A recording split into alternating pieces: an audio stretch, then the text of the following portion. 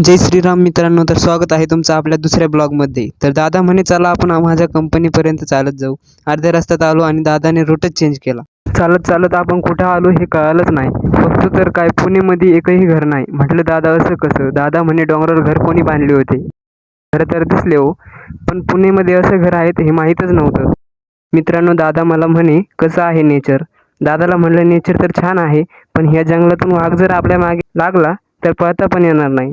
मग काय, वाघ म्हणल्यावर पुढं जाणंच बंद केलं। तसं पण मी खूप थकलो होतो। रिटर्न आल्यावर रायटन्स कंपनी समोर पाणीपुरीवाला असतो, मग काय गेलो आणि घेतली पाणीपुरी।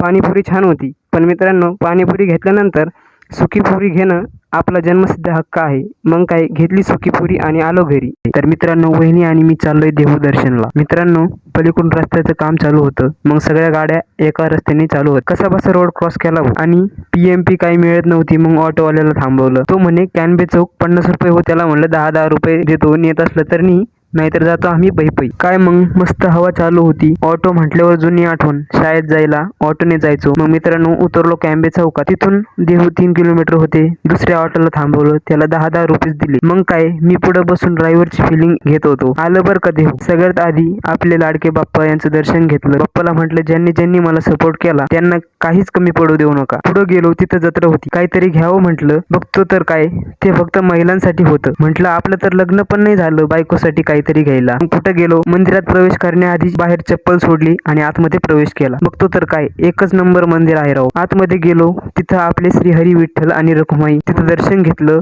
नंतर मित्रांनो पुढे आपले प्रभू श्रीरामांचे मंदिर होते, तिथं दर्शन घेतलं। पुढे श्री हरीश्वर मंदिर होतं, आतमध्ये जाऊन दर्शन घेऊन खूप छान वाटलं।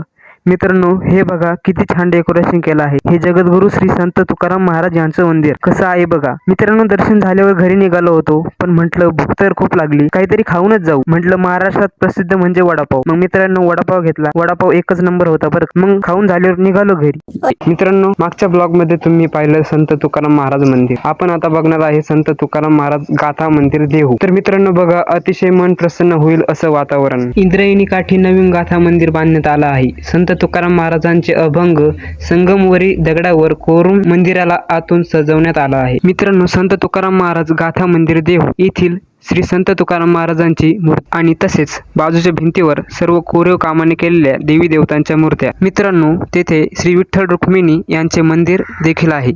मित्रांनो गाथा मंदिर म्हटल्यावर या मंदिराच्या सर्व भिंतीवर गाथा लिहिलेल्या आहे। आणि मित्रांनो हा खेळ आपल्या पांडुरंगाच्या वारीमध्ये खेळला जातो। हा खेळाला काय म्हणतात हे तुम्ही कॉमेंट मध्ये नक्की सांगा। तर मित्रांनो बघितल्यानंतर तुम्हाला कळलंच असेल या मंदिराला गाथा मंदिर का म्हटले आहे। तर मित्रांनो आपण आतापर्यंत बघितलं गाथा मंदिर, तर आता बघू गाथा मंदिराजवळ असलेली इंद्रायणी नदी। तर मित्रांनो इंद्रायणी नदीकाठी देहू आणि आळंदी हे 2 तीर्थक्षेत्र आहे। तर मित्रांनो आपण 4थ्या आणि 5व्या लॉग मध्ये देहू हे तीर्थक्षेत्र पाहिलं।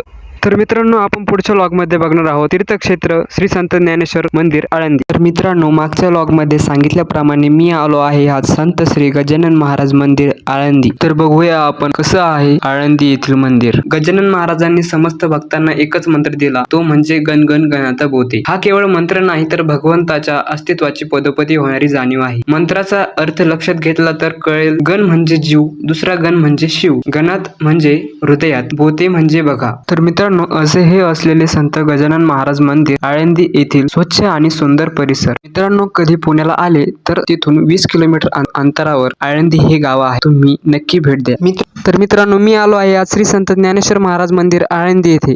जशी श्री विठ्ठल पांडुरंगाची पंढरी तशीच श्री ज्ञानेश्वरांची आळंदी ही पुण्यभूमी ओळखली जाते। संतवर्य ज्ञानदेवांनी वयाच्या अवघ्या 21व्या वर्षी आळंदी येथे इंद्रायणी नदीच्या काठी संजीवन समाधी घेतली। संत श्री ज्ञानेश्वर महाराजांनी अमृतानुभव आणि ज्ञानेश्वरी हे महान ग्रंथ लिहिले आहेत। तर मित्रांनो हे आहे आळंदी येथील श्री संत ज्ञानेश्वर महाराजांचं मंदिर। तर मित्रांनो दर्शन झाल्यावर मी चाललो आहे इंद्रायणी नदीकडे। इंद्रायणी नदीच्या काठी आळंदी येथे पंढरपूरला आषाढी वारीला जाणाऱ्या वारकरी समूहाचे सदस्य दरवर्षी एकत्रित होतात। या काळात इंद्रायणी नदीचा घाट आणि परिसर सर्व आलेल्या वारकरी मंडळीच्या गर्दीने भरलेला असतो। मित्रांनो तुम्हाला हे जे समोरचं मंदिर दिसत आहे ते श्री संत ज्ञानेश्वर महाराजांचं गाथा मंदिर आहे। हे बघा मित्रांनो छोटा पॅकेट बडा धमाका। बघून तर असं वाटत आहे दादा या पोरांना आता खूप पळवणार, पण हे तर उलटच झालं, पोरांनी दादाला पळवलं। मित्रांनो आपल्या सुट्ट्या संपल्या होत्या त्यामुळे आपल्याला आता घरी जायचं होतं, त्यामुळे ना वहिनींनी आता डाळ बट्ट्याचा प्रोग्राम केला माझ्यासाठी। फक्त बट्ट्या करताना ना इनी 4 बट्टे खाऊन घेतले बरं का मित्रांनो. डाळबट्ट्याने मित्रांनो एकच नंबर झालत्या बरं का.